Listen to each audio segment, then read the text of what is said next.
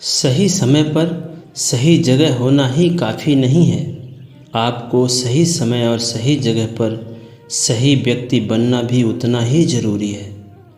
इसी बात को ठीक से समझने के लिए आइए हम एक कहानी सुनते हैं। एक नौजवान भिखारी स्टेशन पर बैठा था।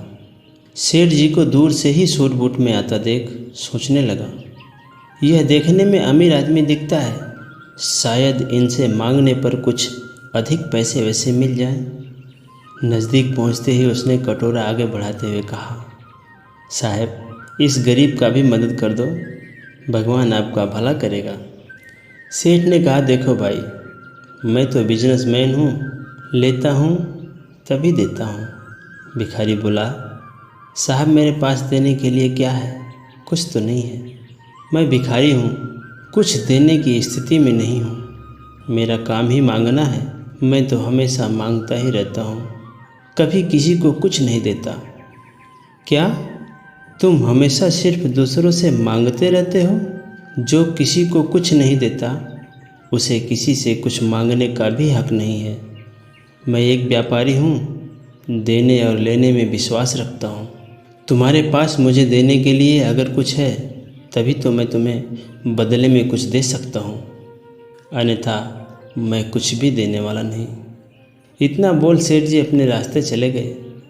परंतु सेठ जी की बात भिखारी को क्लिक कर गया। उसकी अंतर चेतना मानो जाग सी गई। मन में अनेकों विचार चलने लगे, कैसे मैं किसी को कुछ कैसे दे सकता हूँ? मेरे पास देने के लिए क्या है? कुछ भी तो नहीं है। फिर भी उसने निश्चय किया, अब से वह जिससे भी भीख मांगेगा उसको कुछ न कुछ जरूर देगा। कैसे और क्या? यह एक पावरफुल वाक्य है। अपने आप से यह सवाल जीवन को एक नई दिशा दे सकती है। यही सोच सोच में उसकी रात बीत गई। जब सुबह हुआ तो देखा स्टेशन के आसपास में कुछ फूल खिले हुए हैं। उसने थोड़े फूलों को तोड़ लिए। अब जो भी उसको भीख देता उसको कुछ फूल दे देता। भीख के बदले में फूल देना यह एक नायाब तरीका था। इससे लोग भी खुश हो जाते थे। उसको भी एक अलग खुशी का एहसास होने लगा।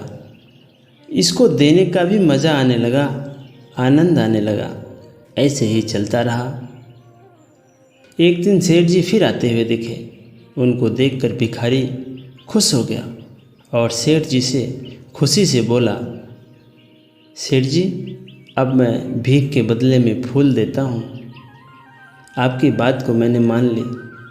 सेठ जी उसे कुछ पैसे देते हुए, वाह, तुम भी अब मेरी तरह व्यापारी बन चुके हो। इतना बोलकर सेठ जी तो चले गए, लेकिन उनकी बात इस बार भी भिखारी के दिल में बिजली की तरह करंट के झटके मार गई। उसका दिल जोर जोर से उछलने लगा। वह दोनों हाथों को ऊपर उठा के ऊपर की तरफ देखते हुए रोमांच से भर उठा और जोर से बोल उठा, मैं अब भिखारी नहीं हूँ, अब से मैं एक व्यापारी हूँ। हाँ, मैं व्यापारी हूँ। अब मैं अमीर बन सकता हूँ उस सेठ की तरह। उसको इस तरह चिल्लाता देख लोगों को लगा यह भिखारी पागल हो गया है।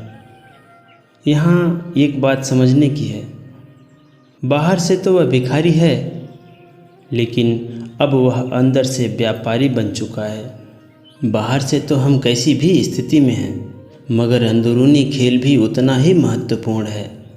जीवन जैसे ही बीत रहा है वैसे ही गुजर जाने देना गैर जिम्मेदारी है। अपने दिन का निर्माण करना आपका दैवी और परम अधिकार है। आज हम जो कुछ भी हैं यह हमारी सोच का नतीजा है। आप अपने ही विचारों की उत्पत्ति हैं। आप अपने आप को जैसा मानते हैं और समझते हैं उससे ही आपकी जीवन का मार्ग प्रशस्त होता है। आपने अपने आप को देने वाला मानते हैं तो आप दाता बन जाते हैं, और हर किसी से कुछ मिले, कुछ पाना चाहते हैं तो भिखारी बन जाते हैं। अगर आपको कुछ चाहिए तो पहले देने के प्रिंसिपल को समझना होगा। हमें देने की ताकत को समझना होगा। अगर कोई व्यक्ति अमीर है तो वह बहुत से लोगों के द्वारा चाही गई चीज़ दे रहा है। हमारा व्यवहार ही हमारे जीवन का प्रतिबिंब है। अगर सम्मान चाहिए तो पहले सम्मान देना होगा। आपको किसी चीज़ की कमी या ज़रूरत है तो पहले देने की आदत को विकसित करना होगा। बाद में वही सामान उसी रूप में और अधिक होकर हमारे पास भर भर के आएंगे। कौन हैं आप? किस तरह सोचते हैं? आपकी धारणाएं कैसी हैं?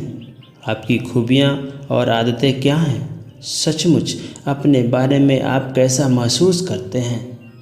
खुद पर कितना भरोसा रखते हैं? दूसरों के साथ आपके संबंध कैसे हैं? आप दूसरों पर भरोसा कितना करते हैं? सच तो यह है कि आपका चरित्र, आपका सोच और विश्वास आपकी सफलता के स्तर को निर्धारित करने में बहुत महत्वपूर्ण भूमिका निभाती हैं। बाहर की परिस्थितियां कैसी भी हों, आपके विचार ही आपका मार्ग प्रशस्त करती हैं। उस भिखारी का विचार अब बदल चुका था। अब वह एक व्यापारी की तरह सोचने लगा। कुछ दिन बाद दो व्यक्ति दोनों ही सूट बूट में उसी स्टेशन पर आपस में मिलते हैं। दूसरा सूट बूट वाला इंसान पहले व्यक्ति के पैर छूते हुए बोला, सेठ जी, क्या हमें आप पहचान रहे हैं? नहीं भाई, आप कौन हैं? मैं वही भिखारी हूँ जिसे आप पहली बार देने और लेने के नियम को समझाया था, और जब हम दूसरी बार मिले थे तब आपने मुझे मैं कौन हूँ यह बता गए। मुझे मेरे मैं का आप बोध करा गए।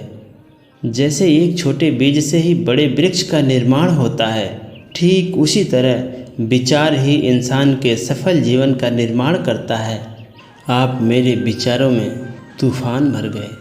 उस सोच का परिणाम यह हुआ कि अब मैं फूलों का एक बड़ा सौदागर हूँ। दोस्तों, हमारा सोच ही हमारे जीवन का आईना होता है।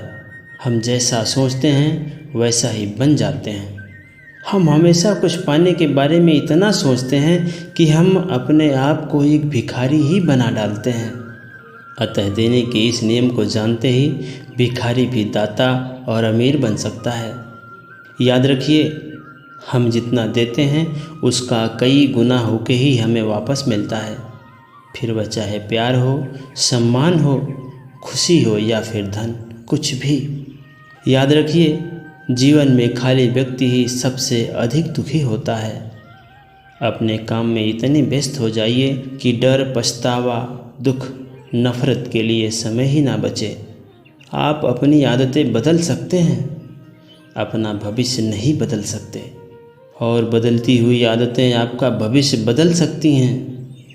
आप अपना रास्ता खुद चुनिए, क्योंकि आपसे बेहतर आपको कोई नहीं समझ सकता। सभी सुखी हों, सभी रोग मुक्त रहे, सभी का जीवन मंगलमय हो, कोई भी दुख का भागी ना बने।